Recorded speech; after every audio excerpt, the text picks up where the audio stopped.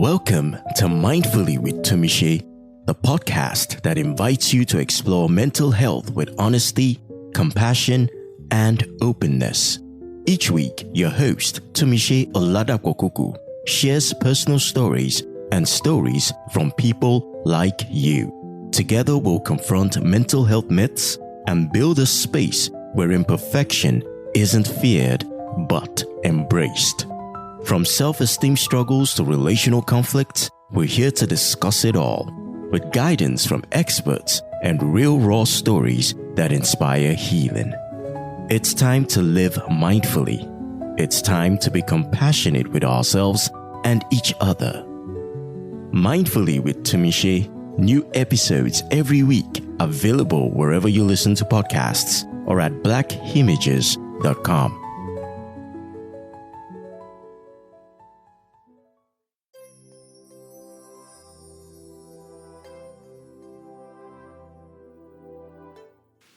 How are you?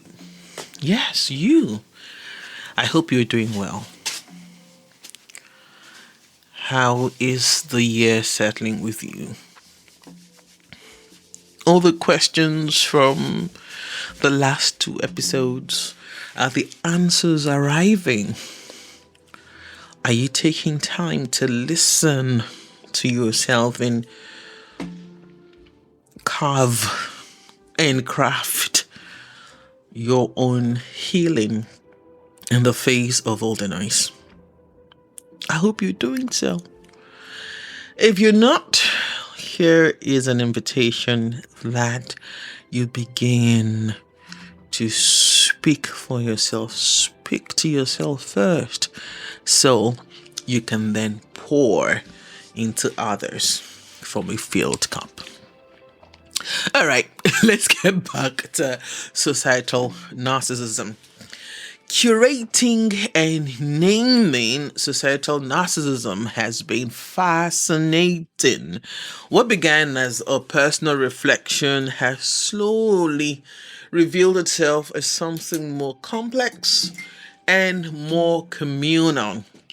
Every time I step outside step off the microphone and I sit down, do researches, read books to help me gain a proper perspective or clearer picture of what I'm trying to explore, I see something new, and there are a lot of thoughts coming to my head that I can't put down. I'm leaving the principle of mindfulness while trying to give language to social patterns that deserve discussion without becoming preachy, without becoming performative. That has been heavy. And I'll be honest, it is a fine line.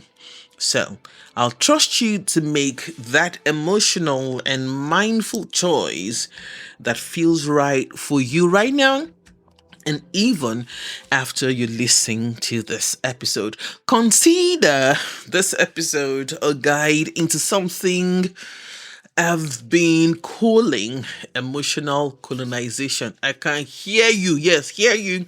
Roll your eyes. Societal narcissism now. Emotional colonization. Yes. In the last episode, we start with the noise. The loud world. Pardon me. The silenced body. And today, I want to sit with something more uncomfortable. It is not just out there, but between us, you and I, as you listen today. This episode is about empathy. Not the version we quote, not the version we post, but the version we practice. Somewhere along the way, empathy, a posture meant to soften us, began to harden into something else. I know that if someone stood up to you now or asked you to define empathy, many of us would say it's about walking in someone else's shoes. And that is true. But I say to people that no matter how much I want to walk in your shoes, even if you're size 46 like I am, you either have a slim fit or a bigger fit or a wide fit or something. I can never fit into those shoes. So for me, when I define empathy, I say empathy is walking in someone else's shoes. Fact. It also requires the humility, the wisdom to let the person wearing the shoes guide you in their journey. I have noticed that in many healing, faith, and growth spaces, empathy has quietly shifted from accompaniment, that is, a person walking alongside the person wearing the shoes, to oversight. We have begun to have oversight functions over other people's healing, faith, and growth space. From I'm with you to I know what's best for you. From I'm listening to I'm managing your emotions. From presence to correction. And this shift is very subtle. I put up the other day on my status that we live in a times where people think that they have absolute right to understand what the other person is feeling. Jurisdiction because of proximity. It often arises dressed as concern, as insight, as wisdom. But in your body, you feel it different. Your gut, your soul, your spirit tells you that this is far beyond insight. This is far beyond wisdom. Because empathy that supervises does not feel like safety. It feels like being watched. And when people feel watched, they do not heal. They perform. And I know. You can ask me and I'll tell you the times I performed, the times I shared with someone, and it came back at me because immediately I shared, I was in a vulnerable space sharing something. They thought that whatever it is I was going through, they had, even if they had not gone through it, they had read somewhere that something was going to help me. And that was not what I needed. And then what do? I wear my mask immediately and begin to perform and smile. This is not an accusation, though. It is an observation. Many of us learned this posture, honestly, because, hey, in families where silence was survival, in cultures where endurance was praised. And this one is close to my heart. In faith spaces where obedience replaced curiosity. So, when we finally found the language for boundaries, we found words that therapy and self-awareness gave to us, especially now that everyone is protecting their mental health, we held these words tightly. We protected ourselves so tightly that we lost the essence of these words, this language, this ability to navigate, this naming of our mental state. We held them too tightly. And without meaning to, we began to monitor one another's healing. We began to assess people's progress. We began to question the timelines of other people's healing, as if the way you healed, the way you're processing your healing or your self-awareness journey should be the same map another person should use. We decided, or we began to decide, which responses were healthy and which ones needed fixing. Here, I'm not asking us to abandon empathy. No, because we do need it. We then need to understand and see from each other's perspectives. And this adage that comes to me all the time when I'm talking about empathy is the Yoruba adage that says, what is taboo in my compound might be accepted in yours. So I am not asking us to abandon empathy. I'm asking us to humble it, to remember that knowledge may be power, but knowing what we don't know is wisdom. To remember that empathy is not about wearing someone else's shoes alone. It's about being willing to walk beside them at their pace on their terms. Because the moment empathy stops listening, it stops being empathy. So, today, I'm inviting you to explore with me a different question. When does care cross into control? And how do we remain connected without becoming evasive?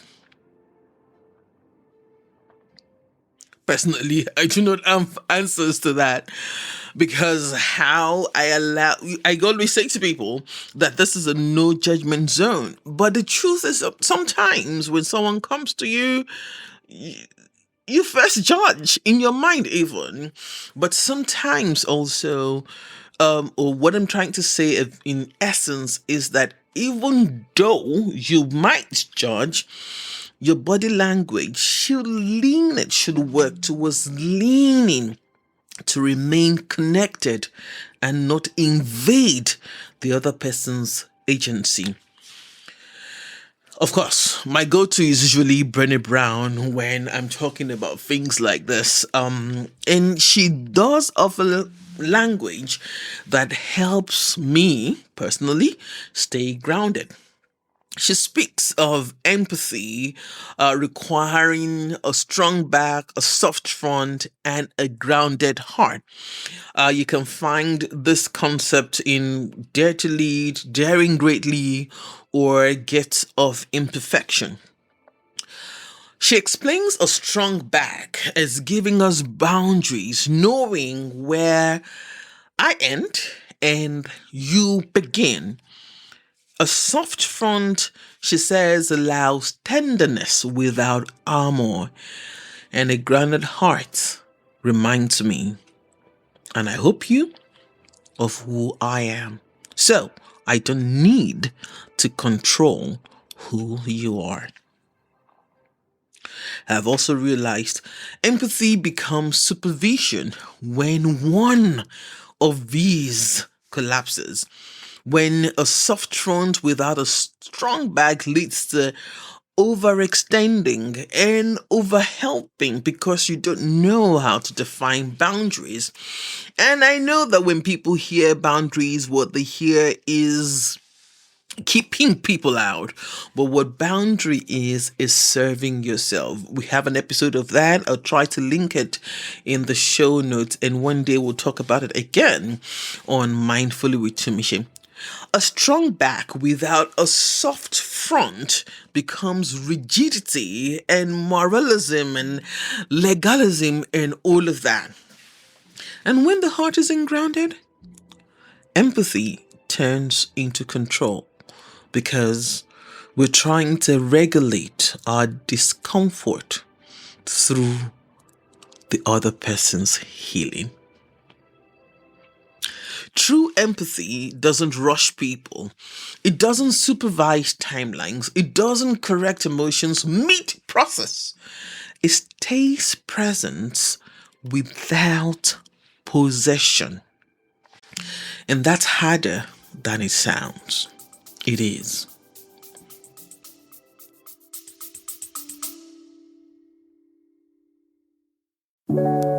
Sometimes clarity comes in silence. Other times it takes a gentle nudge, a conversation, a question, or a pause you didn't know you needed. That's what BHM coaching at Black Images offers. Not a fix, not a formula, but a space. One where your story is safe and your growth doesn't have to look like anyone else's. You can begin with a free discovery session. Just 30 minutes to breathe, reflect, and maybe, if you're up for it, sit with guided meditation. If life feels loud and you need support now, there's mindful coaching on the go. Short, focused check-ins that help you stay grounded when things feel shaky. For deeper shifts, there's the Journey to Being, a mindful exploration shaped by the framework from the book Living Mindfully, A Journey to Being. This isn't about perfection. It's about presence. And if you're someone who needs steady hands over time, the monthly and community plans are there, offering consistent support that grows with you. Visit blackimages.com when you're ready, not to be fixed, but to be seen.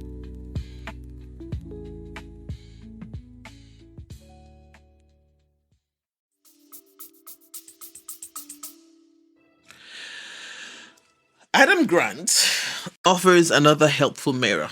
Of course, for those who know Adam Grant, the author of Think Again is a philosophy, or his work is mainly around corporate areas. But I think I listened, or I read parts of his book, and I think it can also serve in relational places. He suggests that when one believes are threatened, we often slip into one of three roles: a preacher, a prosecutor, or a politician. Each of these can quietly show up in healing spaces, not because we are bad, but because we are human. He argues that the alternative is a more scientific posture: curiosity over certainty. And I agree. If you've been with Mindfully with Tumishe enough, you know that I preach curiosity, letting go of our autopilot systems to lean into uncertainty with some curiosity, to learn, to open ourselves to whatever that uncertainty is trying to teach. I'll add this though: even when we know better, we will still slip. The work is not perfection. The work is recognition. And as I say all the time, it is not about perfection. It's about showing up. Or you could flip it. It's about showing up, not perfection. That's a lot, even for me. So, let me see if I have thoughts to leave with you today. And again, it's an invitation. It is not an instruction. Are you ready for the questions? What are the thoughts? So, the first invitation is: where in my life am I offering empathy? And where might I be offering supervision? Where am I supporting agency? And where might I be managing discomfort? Healing needs witnesses, not wardens, and empathy, when practiced with humility, remains one of the most forms of connection we could ever have.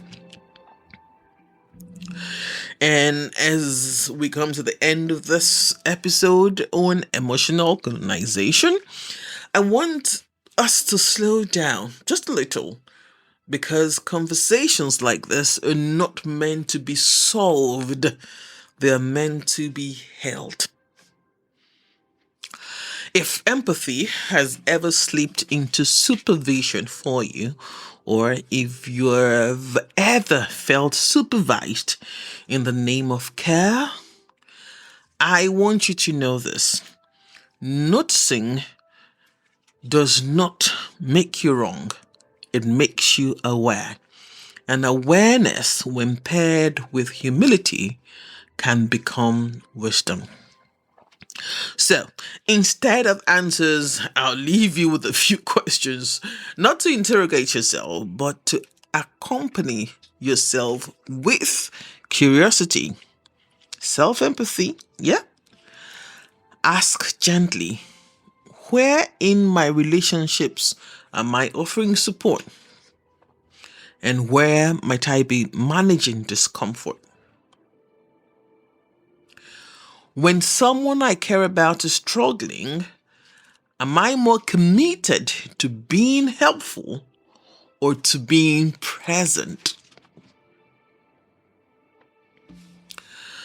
What does empathy look like when I trust the other person's agency as much as I own my insight?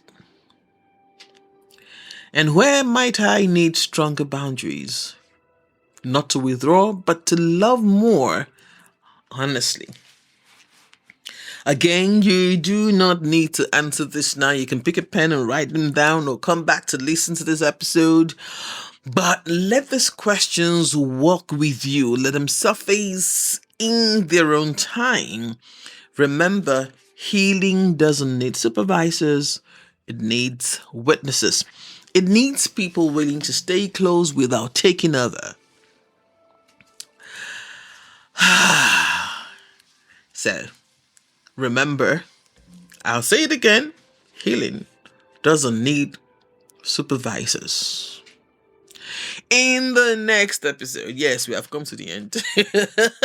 I'll try to explore what it means to belong without disappearing. That will be episode 99, on the way to 100. I'm so excited to stay connected without losing ourselves. Until then, remember not to rush. Remember to stay mindful, stay human, and stay becoming.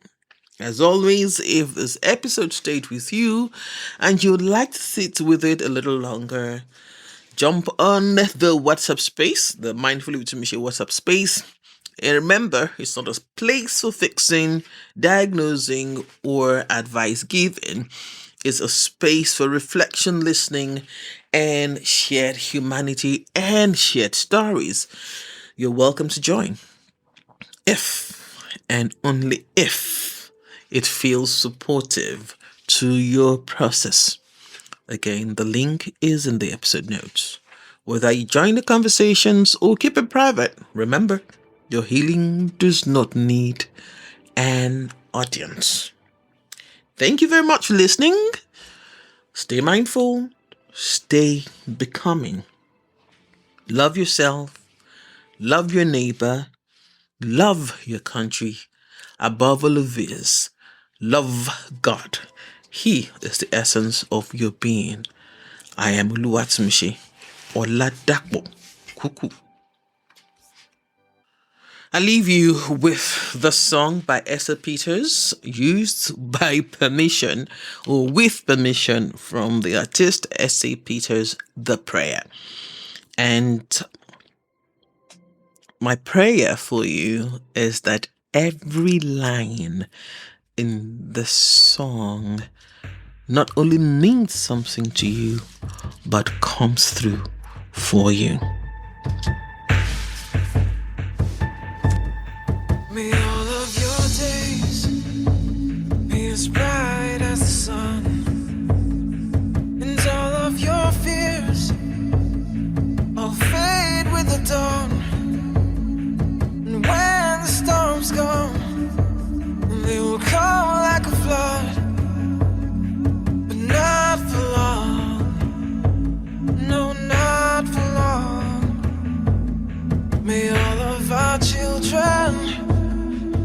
reach out to the wind, find the magic like kings and queens. And when the sky falls, it'll fall like a war, but not for long.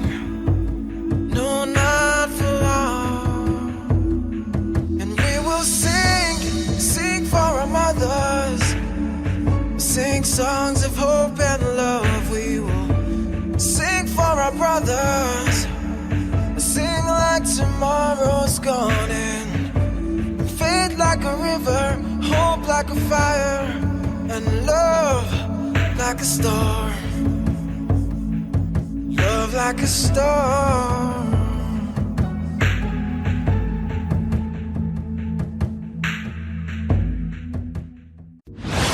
This is Mindfully with Tumishe, brought to you by Black Images.